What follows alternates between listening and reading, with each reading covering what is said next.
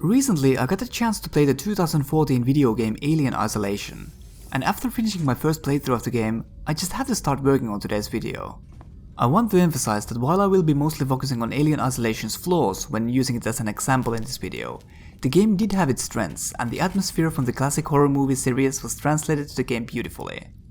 However, the experience could have been better, and I felt a lot of it has to do with the length of the game.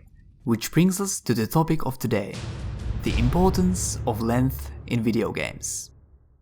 The first time I got the idea of doing this video was when I reviewed Bladehead's Inside.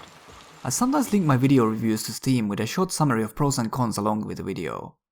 With Inside, I sat there for a while when thinking about what I feel are the flaws of the game, and finally ended up typing short compared to the price tag with next to no replay value. To be honest, I did not want to mention that, but I still did anyway because I know that so many people out there want the amount of money they spent on the game to reflect the hours of playtime that the game can offer. Inside is 3 to 4 hours long experience with a price tag of roughly $20, and the game has gotten quite a bit of criticism of its length-price ratio, since a lot of people think that the price is way too high for a game this short. However, I personally feel that Inside is perfect length for the experience it wants to offer, and I think it's crucial for the experience to sit through the whole game in one sitting. The game is incredibly refined and offered something truly unforgettable for me, and after playing the game I would have been willing to pay a lot more for that experience than what the allegedly high original price tag was. Everyone likes graphs, right? So let me draw a little graph for you of my enjoyment when I was playing through Inside for the first time. As you can see, my enjoyment of the game remained really high for the whole duration of the game, taking some spikes to even further excitement in a couple of key points of the game. Now, here's where we come to Alien Isolation. My first playthrough of that game took almost 30 hours on hard difficulty. I usually start all my first playthroughs of the new games I play with normal difficulty, if there's a difficulty option available, because that's usually the experience that developers want most of the players to have. If I like the game and feel like I want to be further challenged, I crank up the difficulty for further playthroughs. However, with Alien Isolation I picked the hard difficulty since that is what the game recommended for me for optimal experience. I'm only mentioning this because it might have affected my enjoyment of some parts of the game, although I don't know if it did or not since I've only played through the game once. If I would draw a graph of my enjoyment with Alien Isolation, as I did with Inside, the graph would look something like this. You can see that the game starts out strong. This is where the game builds up tension and introduces the scenario our protagonist finds herself in. The game did a good job of building up to a moment where we first encounter the xenomorph creature, and the deadly game of cat and mouse starts. However, as you can see, my enjoyment of the game took some pretty low dips at times, rising for short moments here and there, but still not reaching the same heights as the start of the game was. So, why is this? Because the game was way too long for its own good. Honestly, the first time I thought the game was near to its end was at the point where there were 20 hours of the game still left. The game kept going on and on and on, and while some varying scenarios were introduced throughout the game, the tension was slowly but surely leaking out of the experience. There's only so many hours you can spend hiding in a locker without thinking, man, this isn't quite as exciting as it was 20 hours ago. So, how could the game have avoided losing my interest at times? Well, there are certain sections in the game that could be completely removed and nothing of real value would be lost. While I like the idea of there being other hostile humans and androids in the space station the game takes place in, I feel that after the point of the game where the xenomorph is introduced, the encounters with androids and humans were rather unnecessary and downright uninteresting, and there's quite a bit of them in all parts of the game. There's also sections in the late game where you are armed with a flamethrower, giving you a chance to defend yourself against the xenomorph. However, this makes the game easier instead of harder. After all, you're not able to kill the xenomorph with a flamethrower, it's just there to cover your ass if you get spotted by it, so the gameplay doesn't really change. While one could say it offers different kind of tension to the game and it's a nice callback to the movies, I think that section wasn't necessary for the experience, or should have happened way earlier to flow better with the overall tension of the game. The game also tries to add some extra length and activity by having unnecessary quick-time events and puzzles that have a lot of repetition as well, and only feel interesting the first time you do them, but just feel like busy work after a while.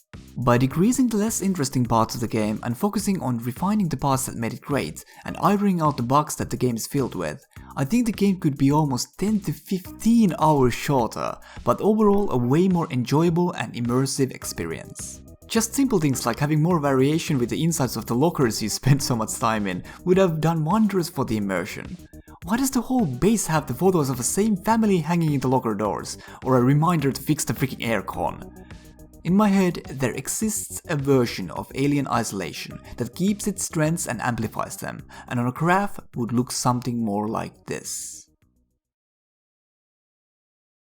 Horror games in general often tend to have this problem of being too long for their own good, since keeping up the tension is so crucial element to them.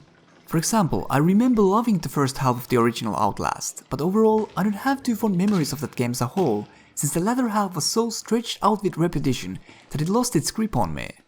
By the way, this is not because I would be somehow immune to the scares in horror games. On the contrary, I'm a huge pansy when it comes to them and don't play them very often at all, so the effect they try to achieve is usually as optimal on me as it can possibly be. But how about some other games? Like huge open world games, for example, where you can go anywhere whenever you like. These kind of games can offer crazy amounts of hours for the players to sink their time in, but often come with other kinds of issues, since it's incredibly difficult for a huge open world environment to keep up with the same quality at all times as a more confined gaming experience out there. I want to use something again to illustrate my points here, but due to the chronologically unorganized nature of how the playtime is used in open world games, I'm going to use a different method than the graphs before. Imagine the circle here being the open world the game provides. The green dots represent slight points of interest, like common enemy encounters, treasures, minor locations, and so on. The red dots represent major points of interest, like boss enemy or other rare enemy encounters, quests, NPCs, and vital locations. The empty space here represents the time spent on running from place A to place B, or doing some other mundane busy work common for these type of games, like mining for ore, for example. If I would describe Dragon's Dogma using this method of illustration, we would get something like this.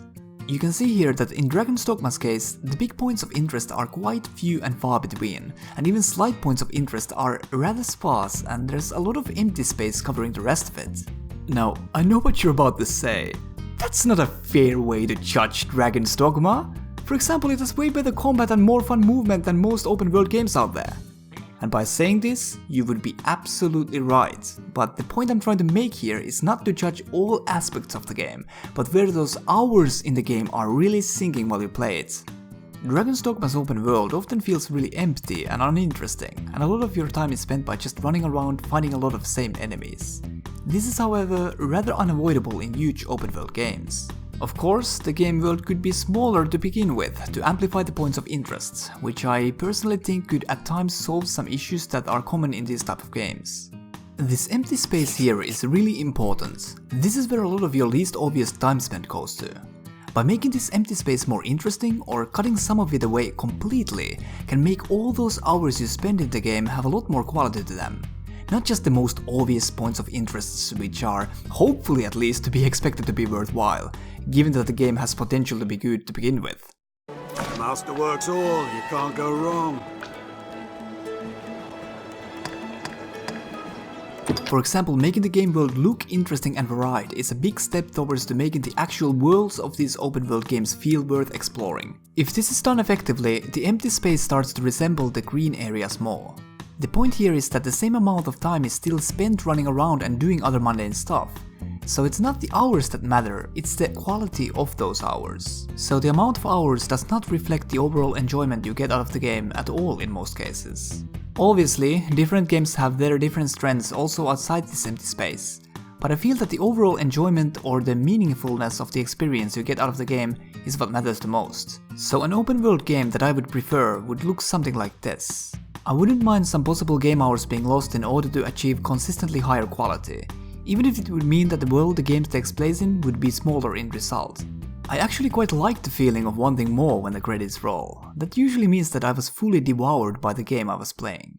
From Software's Souls and Bloodborne games are praised for many things, but there's something many people overlook that's great about them, and that's the quality of the hours you get in those games.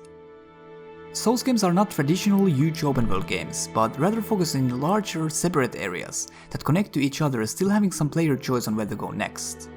Souls worlds are however very rich in their environment and enemy variety, with a lot of impressive sights to show you, and other interesting things to find. So when playing them, you're not left missing a huge open world setting, because the core things like this are handled so well, and almost every aspect that open world games get praised for are still intact in Souls games. Actually, in many cases those are done better in Souls games.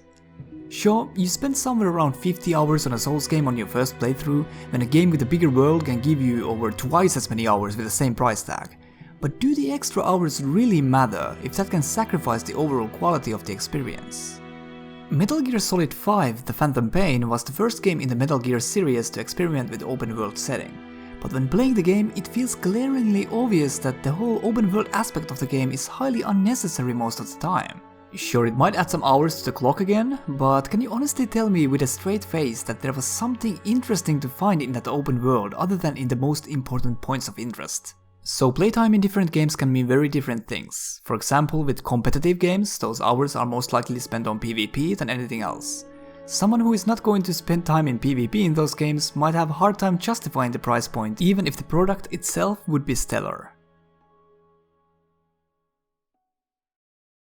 I guess I could have just started this video by saying quality over quantity and ended it there, but that wouldn't have made a very interesting video now, would it? But that is basically the point I'm trying to make.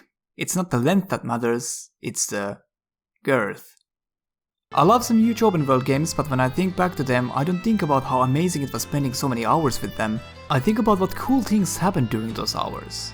I'm not trying to tell you how to spend your money, and I'm not as dumb as to say that you should pay $60 for a 1 hour game. But what I'm trying to say is that unforgettable 4-hour experience can leave a lot better taste in your mouth than 30-hour mixed bag experience. And some games might be shorter for a very good reason. Thank you for watching, and take care.